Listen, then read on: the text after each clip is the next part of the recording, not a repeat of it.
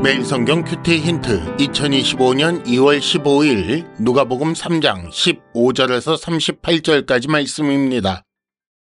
백성들이 바라고 기다림으로 모든 사람들이 요한을 혹 그리스도신가 심중에 생각하니 요한이 모든 사람에게 대답하여 이르되 나는 물로 너희에게 세례를 베풀거니와 나보다 능력이 많으신 이가 오시나니 나는 그의 신발끈을 풀기도 감당하지 못하겠노라.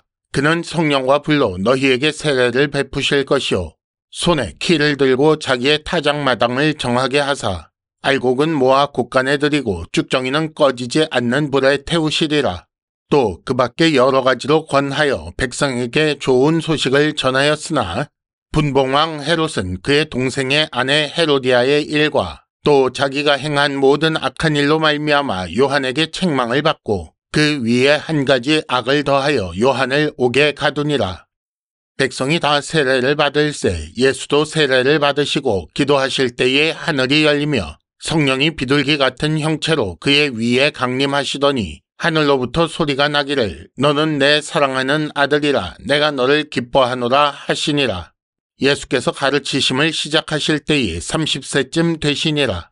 사람들이 아는 대로는 요셉의 아들이니 요셉의 위는 헬리요 그 위는 맏다시요 그 위는 레위요 그 위는 멜기요 그 위는 얀나요 그 위는 요셉이요 그 위는 맏다디아요 그 위는 아모스요 그 위는 나훔이요 그 위는 에슬리요 그 위는 낫게요 그 위는 마아시요 그 위는 맏다디아요 그 위는 서머인이요 그 위는 요색이요 그 위는 요다요 그 위는 요하나니요 그 위는 레사요 그 위는 스룹바벨이요 그 위는 스알디엘이요 그 위는 네리요 그 위는 멜기요 그 위는 앗디요 그 위는 고삼이요 그 위는 엘마담이요 그 위는 에르요 그 위는 예수요 그 위는 엘리에서요 그 위는 요림이요 그 위는 맏다시요 그 위는 레위요 그 위는 시므온이요 그 위는 유다요 그 위는 요셉이요 그 위는 요남이요 그 위는 엘리야김이요 그 위는 멜레아요 그 위는 맨나요 그 위는 맏다다요 그 위는 나단이요 그 위는 다윗이요 그 위는 이세요 그 위는 오벳이요 그 위는 보아스요 그 위는 살몬이요 그 위는 나손이요 그 위는 아미나답이요 그 위는 아니요 그 위는 헤스론이요 그 위는 베레스요 그 위는 유다요 그 위는 야곱이요 그 위는 이삭이요 그 위는 아브라함이요 그 위는 데라요 그 위는 나홀이요 그 위는 스룩이요 그 위는 르우요 그 위는 벨렉이요 그 위는 헤버요 그 위는 살라요 그 위는 가이난이요 그 위는 아박사시요 그 위는 셈이요 그 위는 노아요 그 위는 레멕이요 그 위는 무두셀라요 그 위는 에녹이요 그 위는 야렛이요 그 위는 마헬랄렐이요 그 위는 가이난이요 그 위는 에노스요 그 위는 셋이요 그 위는 아담이요 그 위는 하나님이시니라. 아멘.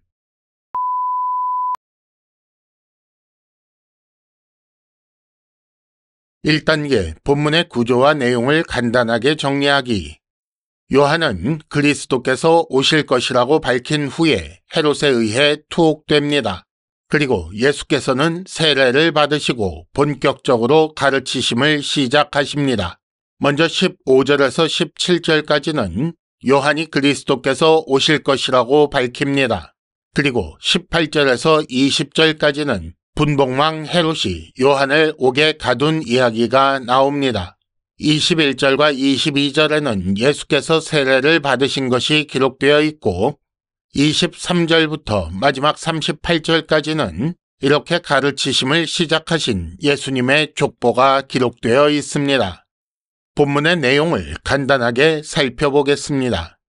백성들이 요한을 그리스도이신가 생각했기 때문에 요한은 자신이 그리스도가 아니라고 그리스도께서 곧 오실 것이라고 분명히 밝힙니다. 요한은 백성에게 좋은 소식을 전한 사람이었지만 분봉왕 헤롯이 자기 악한 일을 책망받자 요한을 옥에 가둡니다. 예수께서는 세례를 받으시고 이때 하늘이 열리고 성령이 그 위에 강림하시며 하늘에서 소리가 나서 이르기를 이는 내 사랑하는 아들이라 라고 하셨습니다. 예수께서는 세례를 받으신 후에 가르치시기 시작하셨는데 그때의 나이가 30세쯤 되셨습니다. 그리고 그는 사람들이 아는 대로는 요셉의 아들이며 그 위로 거슬러 올라가면 그는 하나님의 아들이십니다. 2단계 본문의 핵심 메시지 읽어내기. 1장 76절에 의하면 요한은 주 앞에 앞서가며 그 길을 준비하는 역할입니다.